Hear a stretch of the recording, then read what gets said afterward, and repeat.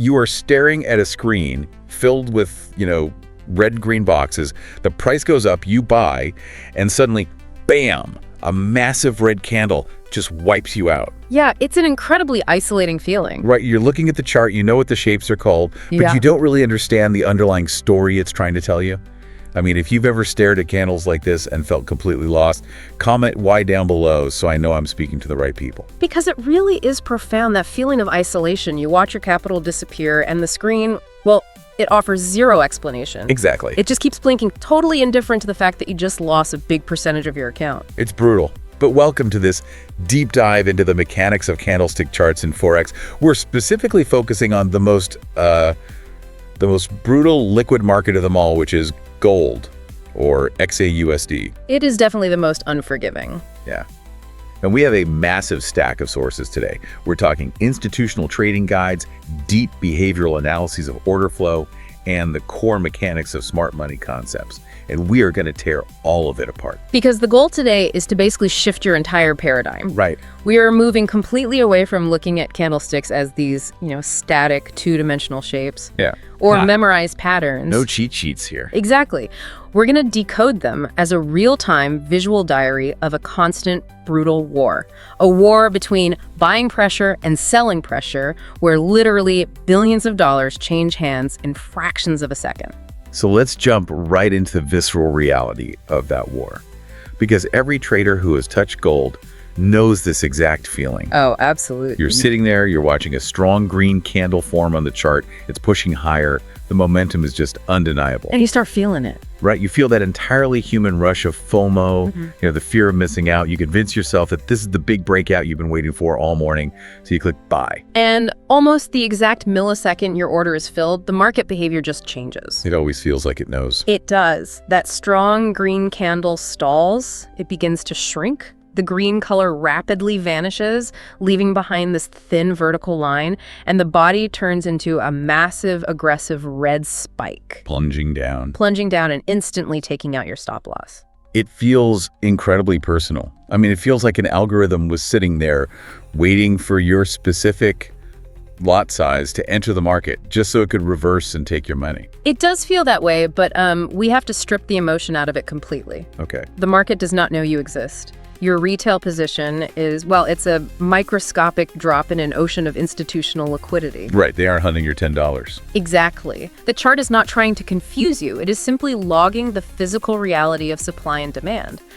But the problem is, most traders are looking at this logbook like they are trying to read a novel in a foreign language. That's a great way to put it. They recognize the alphabet, They know what a green candle is. They know what a red candle is. But they have no idea what the syntax actually means. Precisely. They don't know the grammar.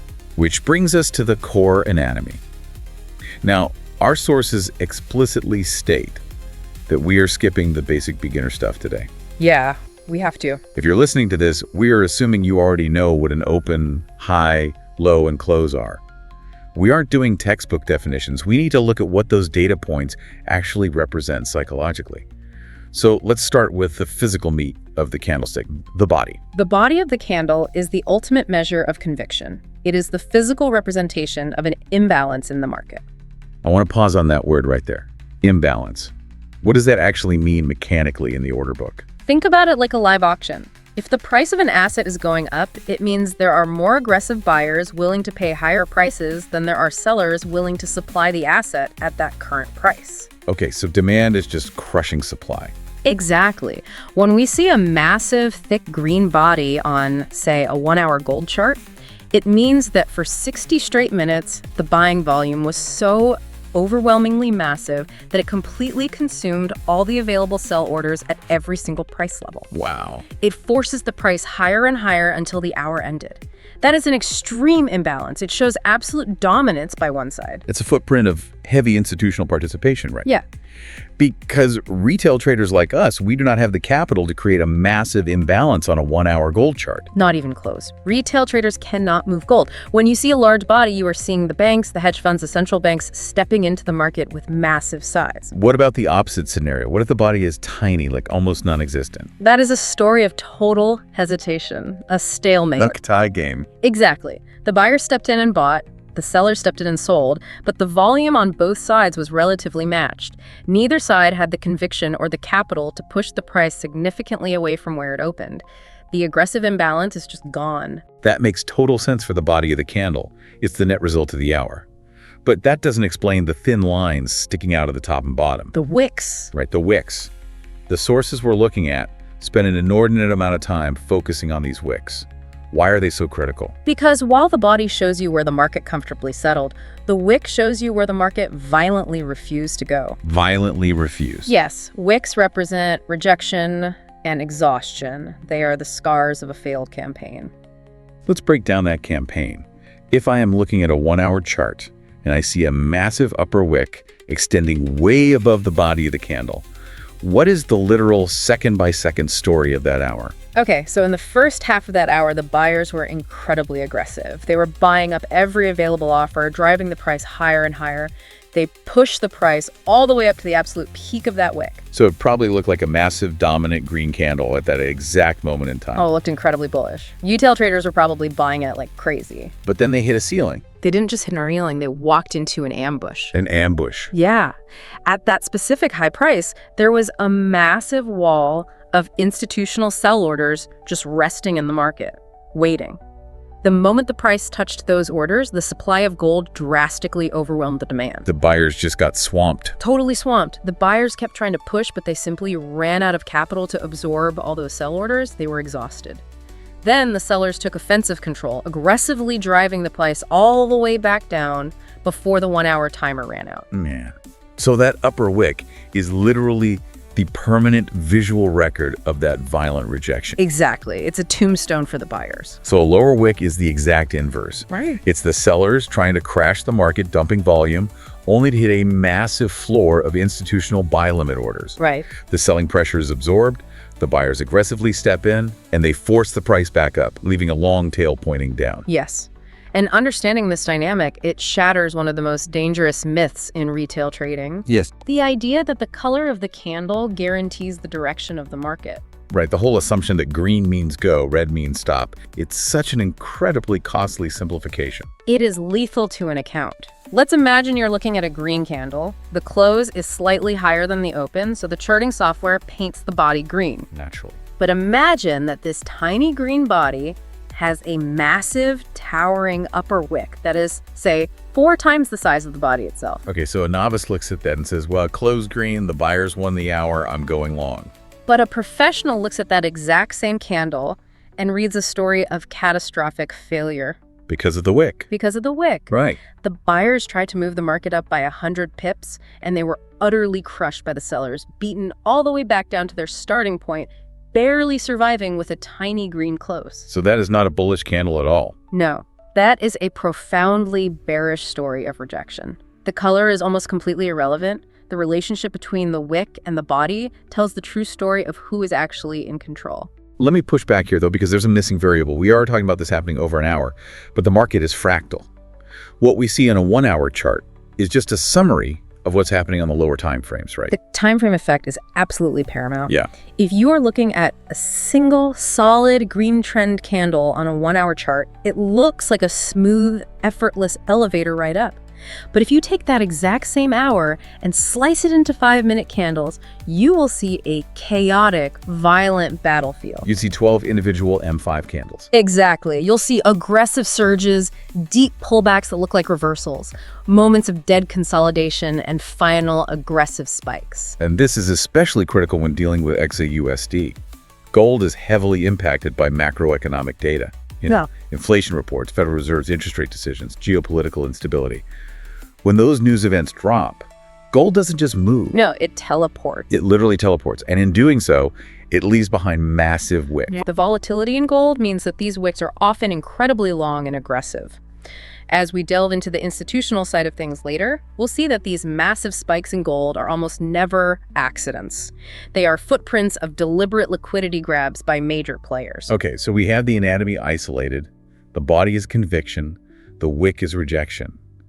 But analyzing a single candlestick in a vacuum is like, it's like looking at one frame of a 2-hour movie and trying to guess the plot. That's a great analogy. You might know what's happening in that exact millisecond, but you don't know the context. Which is why we have to transition from reading a single candle to reading a sequence. This is where automated trading algorithms built by retail traders usually fail. How so? Well, they code a script that says, if a green candle appears, buy. They treat candles as automatic signals. But our sources emphasize that candles are not signals, they are reactions. They are reactions to the underlying order flow. So let's break down how we read a sequence of these reactions. The text outlined 3 distinct phases of market behavior. Let's look at phase 1, trending or momentum. So in a pure momentum phase, you are looking at a sequence of candles with large expanding bodies and almost non-existent wicks. In textbook terms, these are sometimes called Marubozu candles. Right. But behaviorally, what you are seeing is an uninterrupted flow of capital. The institutions are buying, and they are not facing any significant opposition. There are no pullbacks, no hesitations, just raw, continuous displacement of price. But trends don't last forever. The institutions eventually hit their target prices. Oh. Which brings us to phase 2, slowing or exhaustion. How does the visual story change here? The visual shift is very distinct. The bodies of the candles, which were large and dominant, begin to shrink, and the wicks, which were previously tiny, begin to grow longer on both sides. Because the order flow is shifting. The institutions that drove the massive momentum are starting to take their profits. Yes. They are quietly closing their buy positions, which means they're technically selling back into the market. Exactly. The aggressive imbalance is neutralizing, the massive wall of buy orders is thinning out, and the sellers are starting to put up a fight. The market is getting tired. Which perfectly sets the stage for phase 3, reversing or the control shift. This is the climax of the sequence. The hesitation ends with a sudden, highly aggressive candle moving in the opposite direction of the original trend. It's a massive red candle swallowing the previous small green ones. Just dominating them. Yes. This is the definitive moment the baton is passed. The buyers are completely exhausted, and the sellers have seized absolute control of the order book. I want to dig into the mechanics of how the market actually transitions between these states, specifically looking at compression versus expansion, because this is where gold traders just get utterly destroyed. Oh, compression is a fascinating behavioral phenomenon. On the chart, it looks like a series of small overlapping candles. The bodies are tiny, the wicks are probing slightly up and down, but the price isn't really going anywhere. It's moving sideways in a very tight, narrow range. Right. A novice looks at that and thinks the market is dead. Nothing is happening. But beneath the surface, the exact opposite is true. Exactly. The market is coiling like a high-tension spring. In that tight range, institutions are quietly accumulating massive positions. Buyers and sellers are stacking orders. The tension is building precisely because the price is being artificially constrained. And when that tension finally releases, we get expansion. The spring uncoils, resulting in a massive, large-body breakout candle that just shatters the range. But here's the critical question, and this is gold's absolute favorite trap. The fake out. Yeah. What happens when that massive breakout is a complete lie? You are talking about the fake breakout, and it is a masterpiece of institutional manipulation. Let's walk through the exact sequence. XAUUSD has been in a tight, boring compression range for, say, 4 hours. Everyone is waiting for a move. Just staring at the chart. Right. Suddenly, a massive, dominant green candle explodes out of the top of the range. It breaks the resistance line with incredible force. Every retail trader who read a basic trading book sees that and thinks resistance is broken, the expansion is here, buy the breakout. Yep. They flood the market with buy orders, terrified of missing the move. And that is exactly what the institutions want them to do, because the institutions have a massive sell order they need to execute. To sell at a premium price, they need a mob of eager buyers. So they intentionally engineer that initial breakout candle to create the illusion of a bullish trend. They intentionally trigger the retail FOMO. They do. So the retail traders are mashing the buy button. And the institutions are happily selling to them at the absolute top. Exactly. Once the institutions have offloaded their massive positions, the buying pressure evaporates instantly. The very next candle on the chart violently reverses. It crashes all the way back down, closing firmly back inside the original boring range, Leaving behind a catastrophic, towering upper wick on that initial breakout candle. The retail traders who bought the top are instantly trapped in a massive loss, and their stop losses are about to get hunted. I mean, if this part right here just changed how you see the chart, comment "real" in the comments, because that is a hard truth. It really is, which is why you can never read a sequence blindly, and why trading a breakout the moment it crosses a line is financial suicide in the gold market. Context dictates everything. This realization forces us to completely redefine traditional candlestick patterns. Because if you go online, you can find 100 PDFs with cheat sheets of candlestick patterns. They have these exotic names: Morningstar, Three Black Crows, Dark Cloud Cover. Memorizing those textbook shapes without understanding the underlying order flow is the fastest way to drain your account. The market is not a geometry test. Right. If you just trade a shape because a PDF told you it was a reversal pattern, you are entirely ignoring the contextual mechanics of why that shape formed in the first place. Our sources suggest we need to translate these static patterns into behavioral concepts. Let's take the most famous one, the engulfing candle. A small red candle followed by a massive green candle that completely covers it. The textbook calls this a bullish reversal. Right. But we need to discard the term reversal and call it displacement. Displacement. Displacement is a highly specific action. When a large candle completely swallows the entire range of the previous candle, it isn't just a change in direction. It is a violent, sudden shift in psychological control. It's a total repudiation of the previous price action. Precisely. If sellers were slowly pushing the price down and suddenly a massive green candle engulfs everything they did for the past 2 hours, it means massive institutional capital just entered the market at market price. They didn't wait for a pullback. No. They aggressively bought, displacing the previous sentiment from extreme fear to extreme confidence. It is a footprint of urgency. Next, let's translate the doji. This is the candle that looks like across the open and the close are at the exact same price level, with a wick pointing up and a wick pointing down. Almost every beginner guide labels the doji as an automatic reversal signal, which is mathematically and behaviorally false. A doji does not mean reversal.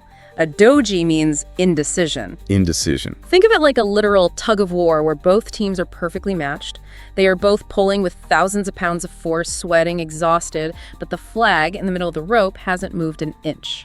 So the lack of a body doesn't mean a lack of volume. It could be an incredibly violent, high-volume hour, but the buying power and selling power perfectly canceled each other out by the time the clock ran out. Exactly. It is maximum exertion with zero net progress. It is a pause. The market is taking a breath to evaluate new macroeconomic data or wait for a session open. It requires the next candle to dictate the actual direction. So if you blindly sell just because you see a doji, you are guessing the outcome of a tied game before the final whistle. Wow. Finally, let's look at the family of candles known as the pin bar, the hammer, or the shooting star. These are the candles with a tiny body at one end and a massive long wick on the other. We group all of these under the behavioral concept of rejection. For this concept to be valid, the tail of the wick must be at least 2/3 of the entire candle's length. Okay.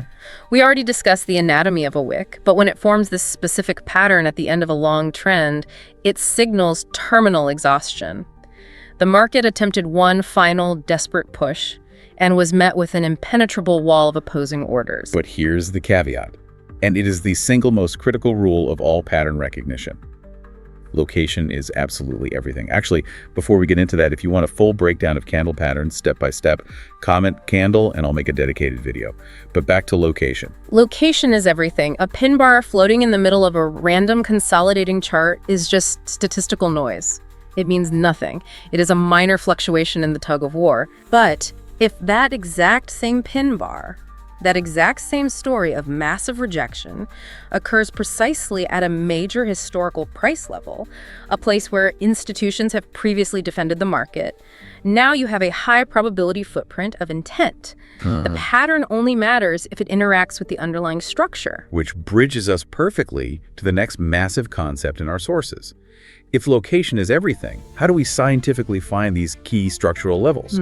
We have to learn to read the grammar of the market, which is market structure. Market structure is the scaffolding. Without structure, candlesticks are just floating, meaningless shapes. Structure gives them their context. Let's briefly define the basic grammar for our advanced beginners.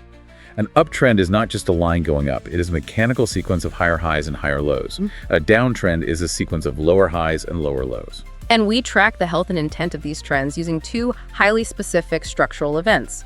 The first is BOS, or break of structure. A break of structure is how the chart confirms that a trend is healthy and continuing. But it requires a specific type of candle behavior to be valid, right? We aren't just looking for a tiny spike. No, and this is where precision really matters. A true break of structure requires a strong body close entirely beyond the previous structural level. Okay. If we are in an uptrend, creating a new higher high, the price must push past the peak of the old higher high, and the candle body must close firmly above that line. Why is the close so important? Why can't a wick just touch it and confirm the trend? Because a body close proves institutional willingness to actually hold the new price territory. It proves they have the capital to sustain the imbalance past the old resistance. And a wick? If only a wick pierces the line, it means they probed the new territory, met resistance, and immediately retreated. That is not a continuation, that is a failure. The second structural event is CH, or change of character. Right. While a BOS confirms a trend, a change of character is your earliest, most vital warning sign that a massive reversal is imminent. It occurs when the price violently breaks a previous swing point that it was structurally supposed to respect. Give me a visual of that. Imagine a healthy uptrend. Higher highs, higher lows. The buyers are completely in control, defending every higher low. But suddenly, a massive red candle crashes down, slices right through the last higher low, and closes below it. The structural logic has just been completely violated. Exactly. The character of the market has instantly changed from bullish to bearish. The institutions that were defending those higher lows have stepped aside, or they have actively flipped their positions to short. The tide hasn't just paused, it has fundamentally turned. But I want to inject some reality here, because this is where retail traders constantly get chewed up and spit out by XAUUSD. The theory sounds clean, but in real time, the chart is chaotic. It is very chaotic. How do I know if the structure actually broke, or if the market is just teasing me? How do I mechanically tell the difference between a real change of character and a trap designed to steal my money? You have to look at the close of the candlestick to determine if it is a strong break or a weak break. This is the ultimate filter. Okay. A strong break means the candle has a large, dominant body that closes significantly past the structural line with very little wick on the other side. This shows deep conviction, high volume, and means the continuation or reversal is highly probable. And what exactly constitutes a weak break? A weak break is when the candle barely closes past the structural line. Let's say it closes above resistance, but only by 2 or 3 pips. And for those listening who might be fuzzy on the terminology, a pip is percentage in point. It's essentially the smallest standardized unit of price movement in forex. In gold, it represents a fraction of a cent in price movement, but when you are trading with high leverage, a few pips can mean hundreds or thousands of dollars. Right, so if the candle closes just a microscopic 2 pips past the line, or worse, if only the wick pierces the line while the body closes firmly back inside the previous range, that is a weak break. And in gold, a weak break is fatal.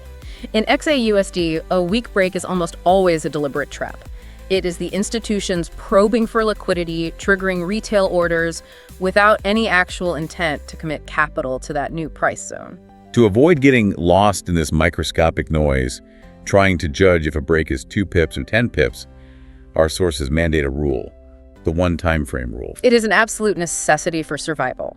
The biggest mistake developing traders make is time frame schizophrenia. Time frame schizophrenia, I like that. They will look at the 1-minute chart, see a massive bullish break, then look at the 1-hour chart and see a bearish trend, then check the daily chart and see consolidation. Their brain just short circuits trying to reconcile conflicting data. You have to anchor yourself. You must pick a single definitive time frame. We highly recommend the 1-hour chart for gold to define your market structure.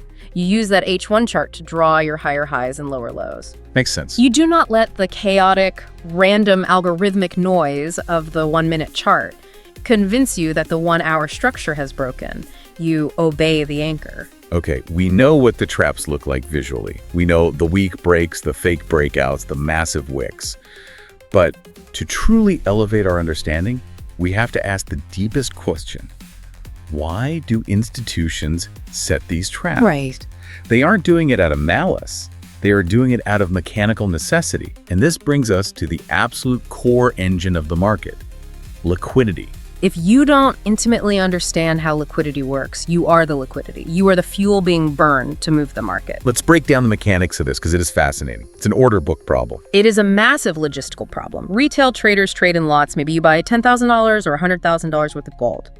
The market doesn't even flinch. Your order is filled instantly. Unseen by anyone. Exactly. But an institution like a major global bank is trying to execute a $500 million buy order. They can't just click market buy. If they click market buy for $500 million, there won't be enough sellers at the current price to fill the order. The algorithm will have to search higher and higher up the order book to find willing sellers. Slippage.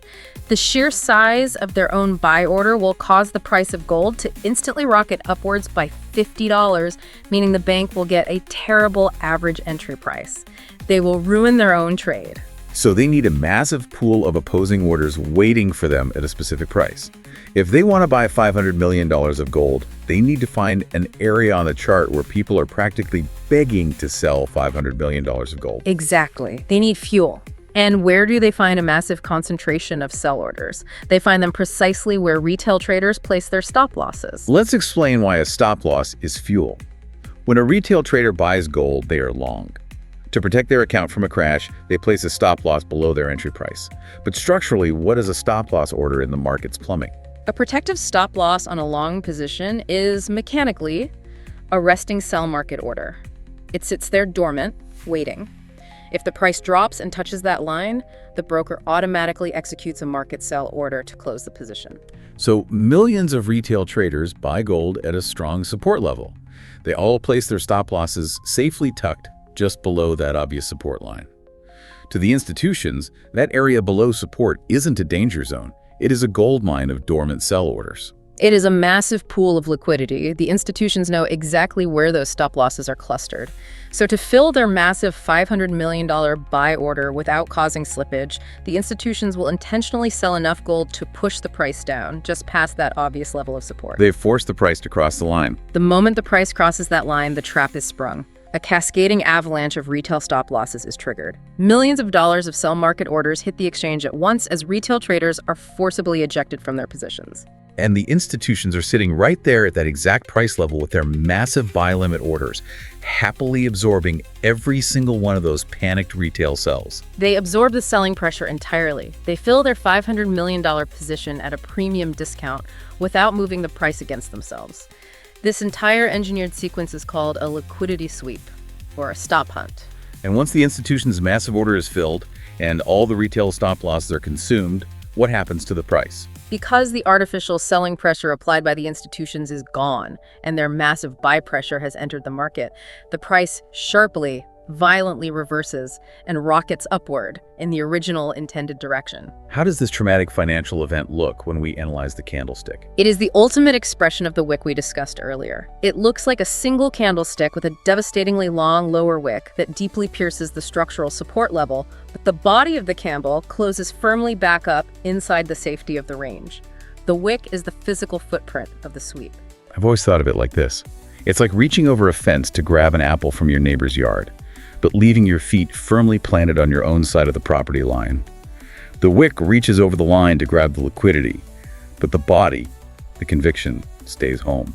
That analogy perfectly captures the mechanics of intent. They never intended to move the price down there permanently. They just needed to reach over the fence to grab the fuel. And we must emphasize gold's specific nature here. XAUUSD is incredibly liquid and highly leveraged. It executes these liquidity sweeps with terrifying speed. It doesn't slowly grind down to take your stop, it spikes. A fast, aggressive wick down that seems to happen in the blink of an eye, followed immediately by a sharp reversal upward that is the classic defining signature of the XAUUSD market. If you trade gold, you will see this specific candlestick behavior every single day. So we have mapped the entire landscape. We understand the true psychological anatomy of the candle.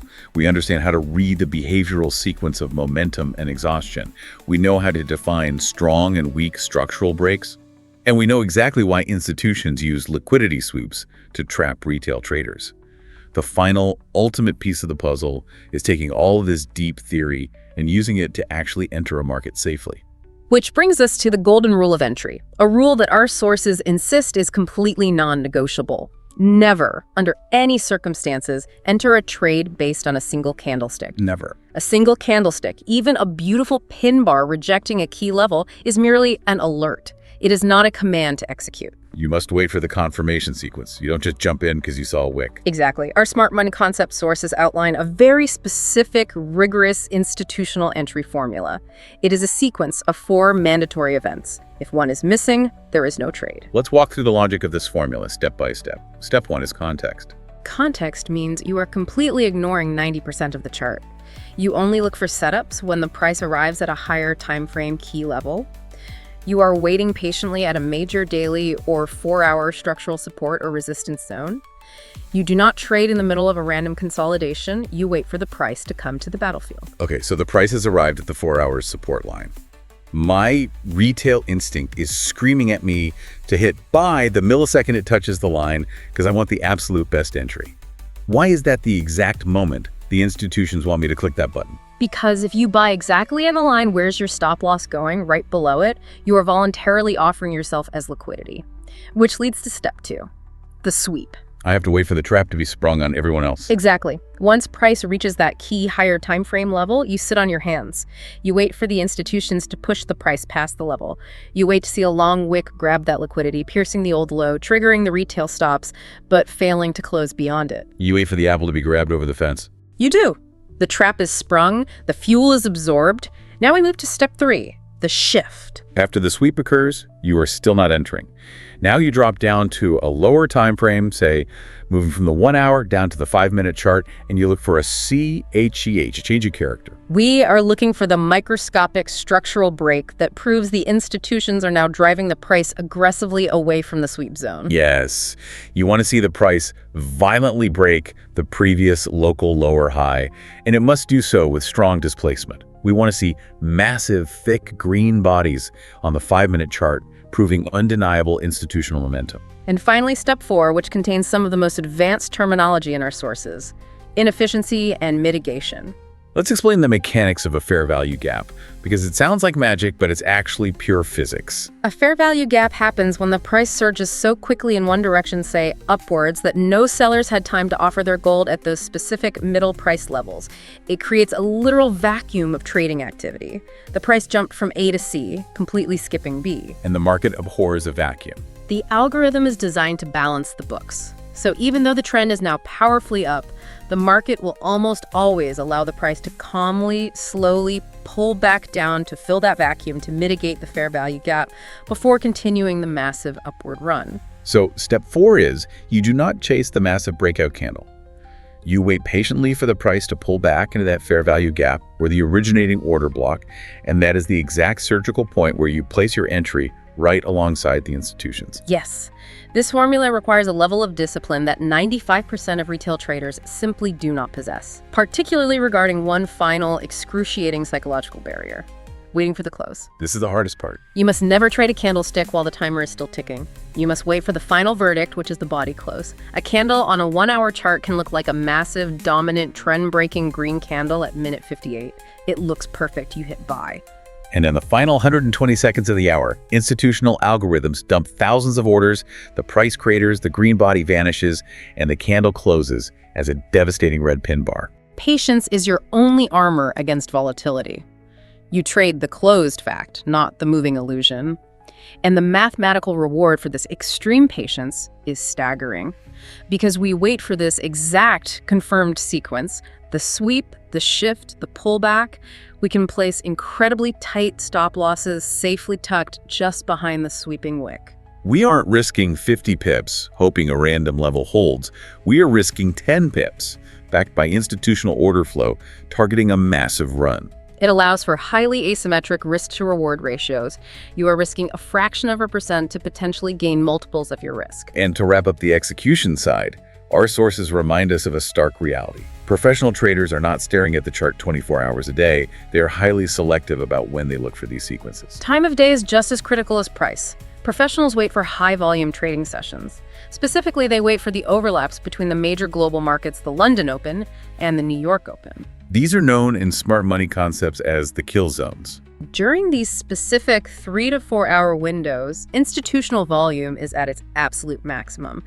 This massive liquidity makes these complex setups, the sweeps, the displacements, incredibly clear and forceful. If you try to trade these concepts during the dead hours of the Asian session when volume is low, you'll just get chopped to pieces by random, meandering algorithmic noise. Yeah, nobody wants that. Trading during the kill zones ensures that when the trap is sprung, the market actually has the financial horsepower to drive the price to your profit targets. So let's pull back and look at the journey we've taken today. We started at a place of intense frustration, staring at confusing red and green boxes, feeling isolated, feeling like the market was a casino rigged against you. But if you internalize these sources, you no longer see random shapes. You see a living, breathing narrative of human emotion and institutional logistics. You see the conviction in the bodies. You see the pain of rejection in the wicks. You understand that a sequence is just a story of momentum slowing into exhaustion. You recognize that structure isn't just lines on a chart, but battle lines in an order book. And most importantly, you see the brutal necessity of liquidity harvesting. How your stop loss is the exact fuel the big players need to move the market. You have transitioned from a retail mindset of predicting and hoping into a professional mindset of patiently reacting to confirmed footprints. You understand that the chart is a physical record of intent. You now possess the visual grammar to actually read what the market is doing rather than what you hope it will do. But as we close this deep dive, I want to leave you with a final, slightly uncomfortable thought. It's the ultimate variable. Exactly. We have given you the mechanics, we've translated the language, but the chart is more than just a record of orders. It is a flawless, unforgiving mirror. When you open your XAUUSD chart tomorrow at the start of the New York kill zone, the ultimate question is no longer whether you have the technical knowledge to read the candlesticks. The question is whether you have the psychological discipline to actually sit on your hands and listen to the story they are telling. Because if you lack patience, if you act before the close, you won't see institutional intent on the screen. You will only see your own fear and greed reflected right back at you, and the market will gladly charge you for the lesson.